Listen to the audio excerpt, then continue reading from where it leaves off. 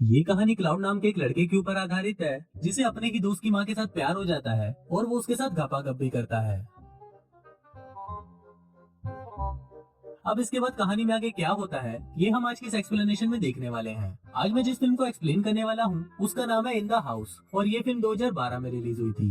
Movie की शुरुआत में हम जर्मन नाम के एक आदमी को देखते हैं जो एक स्कूल में फ्रेंच टीचर होता है। इसके बाद जब जर्मन घर पर स्टूडेंट के असाइनमेंट चेक कर रहा होता है तभी वहाँ पर उसकी वाइफ जेना आती है। फिर जेना भी कुछ स्टूडेंट्स के असाइनमेंट चेक करती है और जर्मन से पूछती है कि तुमने स्टूडेंट को इतने गंदे मार्क्स क्यों दिए। इस पर जर्मन उसे बोलता है कि बच्चों ने कुछ खास तो लिखा ही नहीं है तो मैं इन्हें अच्छे मार्क्स किस चीज के दूं। तभी जर्मन क्लाउड नाम के एक स्टूडेंट का असाइनमेंट पढ़ता है जिसमें लिखा हुआ था कि क्लाउड राफा नाम के एक स्टूडेंट के घर पर काफी दिनों से जाना चाहता था और फिर एक दिन वो राफा को मैथ पढ़ाने के बहाने उसके घर पर जाता है। वहाँ पर उसकी नजर राफा की माँ एस्थर पर पड़ती है जो दिखने में बहुत ही खूबसूरत थी। इसके बाद क्लाउड राफा को एक मैथ प्रॉब्लम सॉल्व करने के लिए देकर नीचे आ जाता है। वहाँ वो राफा की मॉम को देखता है जो एक मैगजीन पढ़ रही होती है। अब कुछ देर तक एस्थर को देखने के बाद क्लाउड वापस राफा के पास जाता है और उसे बोलता है कि तुम्हारी मैथ बहुत ही ज्यादा खराब है इसलिए मुझे रोज आकर तुम्हें ट्यूशन पढ़ाना होगा। अब ये सब पढ़ने के बाद जर्मन अपनी वाइफ को बोलता है कि इस लड़की की राइटिंग स्किल्स बहुत ज्यादा अच्छी है और ये आगे जाकर एक बड़ा राइटर बन सकता है। फिर अगले दिन क्लास के बाद जर्मन क्लाउड से उसके असाइनमेंट के बारे में पूछता है और उसे बोलता है कि अगर राफा को पता चल गया कि तुम उसकी मॉम के बारे में क्या सोचते हो तो तुम बहुत बड़ी मुसीबत में पड़ जाओगे।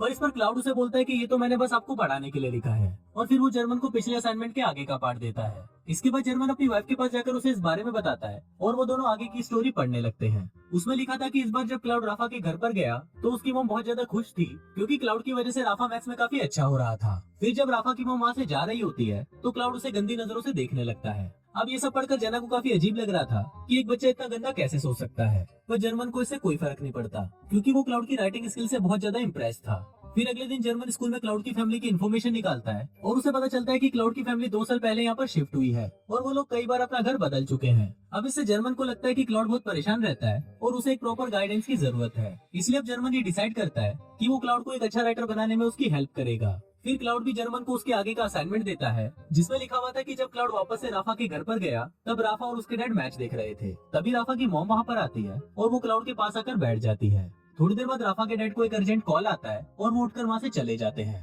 अब ये देखकर क्लाउड सोचता है कि अगर ऐसे ही राफा के मॉम और डैड के बीच में दूरियां बढ़ती गई तो वो राफा की मॉम को आसानी से पटा लेगा। अब ये असाइनमेंट जब जर्मन अपनी वाइफ को पढ़ाता है तो अब उसकी वाइफ को भी ये लगने लगता है कि क्लाउड की राइटिंग स्किल्स बहुत ज्यादा अच्छी है। फिर अगले दिन स्कूल में क्लाउड जर्मन को एक और असाइनमेंट देता है जिसे घर आकर जर्मन अपनी वाइफ के साथ पढ़ने लगता है। उसमें क्लाउड ने लिखा था कि मैंने इस बार राफा को मैथ की एक बहुत ही मुश्किल प्रॉब्लम सॉल्व करने के लिए दिया और फिर मैं नीचे राफा की मॉम को देखने चला गया। नीचे राफा की मॉम और डैड आपस में बहस कर रहे थे जिसे देखकर क्लाउड को बहुत अच्छा लगता है। थोड़ी देर बाद जब राफा की मॉम बाहर आती है तो वो क्लाउड को देख लेती है पर तभी क्लाउड सामने रखी हुई पेंटिंग को देखने का नाटक करने लगता है। पर राफा की मॉम को ये पता चल गया था कि क्लाउड उनकी बातें सुन रहा है इसलिए वो रात को राफा के डैड को बोलती है कि उन्हें राफा के लिए कोई दूसरा ट्यूटर ढूंढना होगा। अब ये सब बातें क्लाउड भी चुपकर सुन रहा होता है और उसे बहुत ज्यादा टेंशन होने लगती है क्योंकि अगर इस बार राफा के मैथ्स में अच्छे नंबर नहीं आए तो वो राफा के घर पे ट्यूशन पढ़ाने नहीं आ पाएगा। अब बहुत सोचने पर क्लाउड को एक आइडिया आता है और वो अगले दिन जर्मन को मैथ्स का पेपर चुराने के लिए बोलता है और साथ ही वो उसे ये भी बोलता है कि अगर उसने ऐसा नहीं किया तो वो राइटिंग करना छोड़ देगा।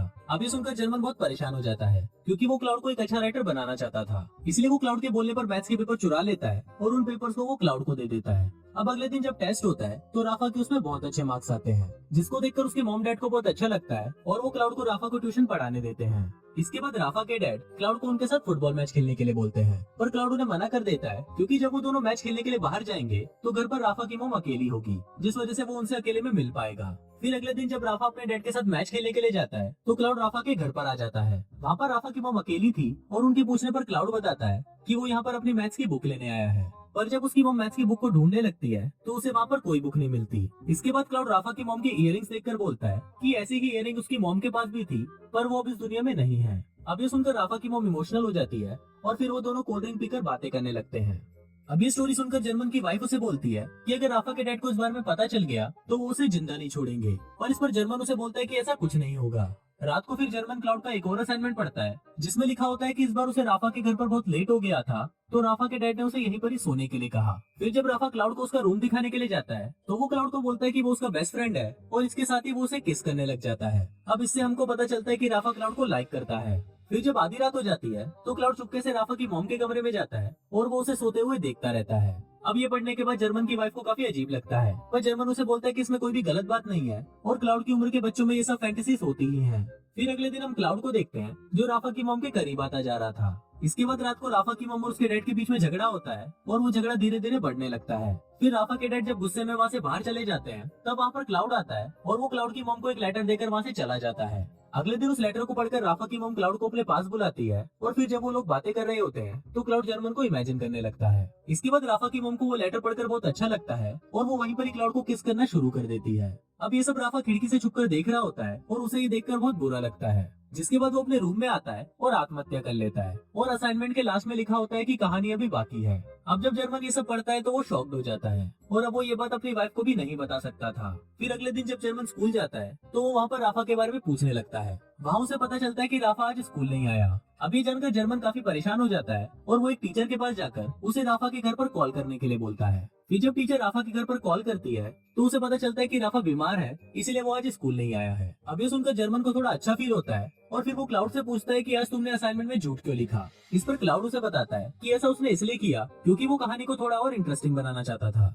अब जर्मन को भी ये लगने लगा था कि अगर राफा को ये सब पता चल गया तो वो सच में आत्महत्या कर लेगा, इसलिए वो क्लाउड को ये सब लिखना बंद करने को बोलता है। पर क्लाउड उसे मना कर देता है और बोलता है कि अब मैं लिखना बंद नहीं कर सकता। अभी सुनकर जर्मन उसे बोलता है कि ठीक है, पर अब से मैं तुम्हारी कोई स्टोरी नहीं पढ़ूंगा। अभी सुनने के बाद क्लाउड अपनी अगली स्टोरी को वही डस्टबिन में फेंक कर चला जाता है, पर तभी जर्मन भी अपने आप को रोक नहीं पाता और वो उस स्टोरी को डस्टबिन से निकालकर पढ़ने लगता है। उसमें लिखा था कि आज राफा के डैड बहुत उदास घर आए थे क्योंकि अब वो अपनी जॉब से बहुत ज्यादा परेशान है। तभी राफा की मॉम वहाँ पर आती है और उन्हें बताती है कि वो प्रेग्नेंट है।